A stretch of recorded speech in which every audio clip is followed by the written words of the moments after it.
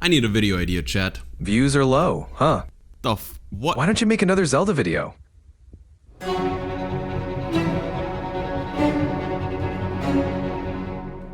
Here's the thing about change.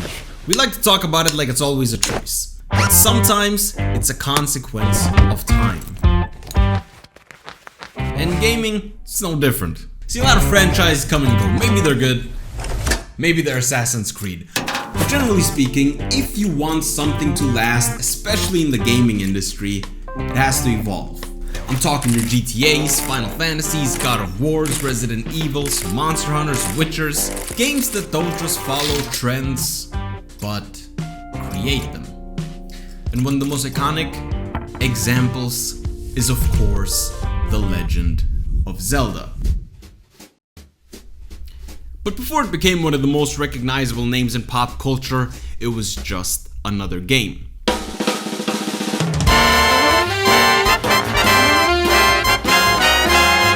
The year was 1986, and Nintendo for the very first time just dropped the original Zelda. It was open, unstructured, and honestly, kinda confusing. So not exactly the best example for a game that aged well, but it did do the most important thing a first entry could. It laid the groundwork and created a foundation.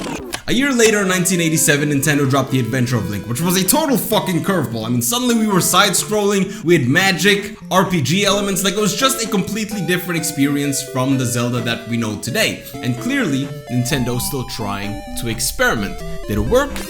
Kinda. Not really, depends who you ask, but it did lead us into 1991, with the release of A Link to the Past. Now this game, in many ways, was a return to roots. It brought back a lot of the things that worked in the original and tightened everything up. More structure, more complexity, more polish, and in doing so, established what a lot of people still associate a classic Zelda game to be. And then in 1998, Nintendo took that formula and turned it 3D with Ocarina of Time. Not just creating another Zelda game, but the Zelda game, which in many ways redefined what the series could be and set the standard moving forward. So while each new entry still had its own little twist, a different story, a different theme, Majora's Mask was creepy, Wind Waker was fucking gorgeous, Twilight Princess was darker, no matter how differently they all looked or felt, they all stuck to the same blueprint that Ocarina of Time had now popularized. It was innovation on the surface and tradition underneath. And then came 2011.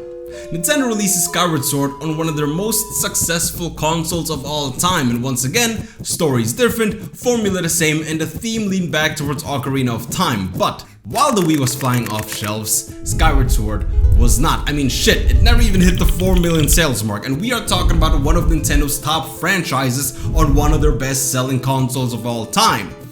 That's fucking crazy. So of course, Nintendo took note of that. In interviews, Aonuma not only stated that he himself was getting tired of the original formula, but also that people were complaining that Skyward Sword lacked the joy and freedom of the original game, which makes sense because in 2011 we were entering an era defined by exploration and freedom.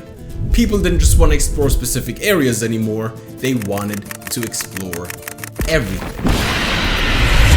So instead of doing what they'd always done, up to that point, Nintendo scrapped the items, scrapped the map, and they scrapped the entire fucking formula and decided to ask themselves the question a lot of studios, Ubisoft, EA, Activision, avoid. What if tradition starts holding us back? And the answer came in 2017.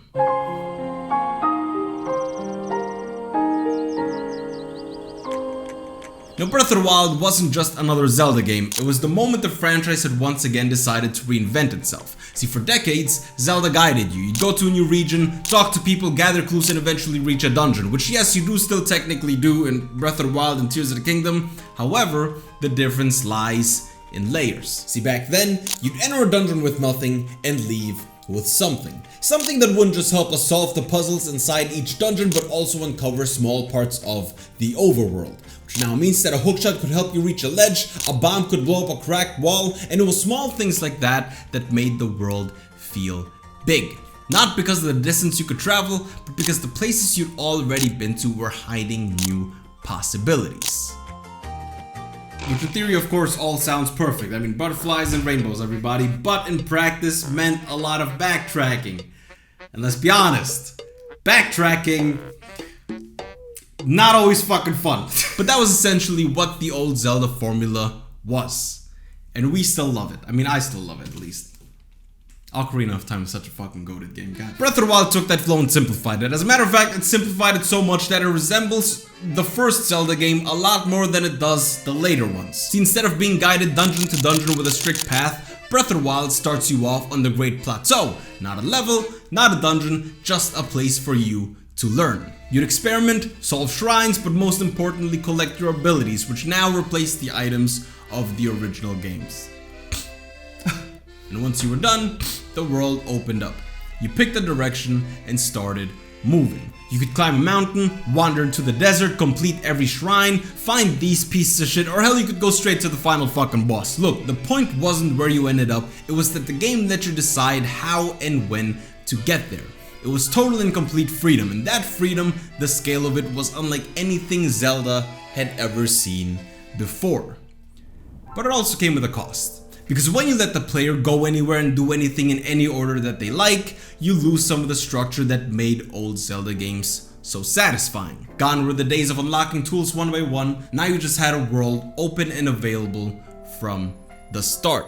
And because the older games were so defined by their dungeons, Breath of the Wild, outside of its story or core abilities, didn't really give you much to build toward in that regard. I mean, let's just call a spade a spade. The Divine Beasts were pretty fucking shit. Ambitious as shit. I mean, giant mechanical moving dungeons you could manipulate from the map, but still shit. The freedom that was given to us came at the cost of the complexity of older games. Now, Tears of the Kingdom took a small step back. Yes, it did double down on freedom and gave us even more ways to express it with abilities like Ultra Hand, which some of them, by the way, genuinely fucking brilliant. Like, Ascend is one of those abilities you don't just want in future Zelda games, you want it in every fucking game. I want it in every fucking game. Please give me more Ascent. But where Breath of the Wild's freedom clashed with its dungeon design, Tears of the Kingdom tried to strike more of a balance, simply by giving us the Sage abilities at the start of each dungeon instead of at the end, which in turn then mirrored the item-based progression of the original games. However, while it definitely was a step in the right direction, it still wasn't perfect. Because outside of the entrance to each temple, it was the same 5 switches, the same 4 cutscenes, pretty basic dungeon design overall, and I'm not even gonna lie, I just hate the Sage abilities.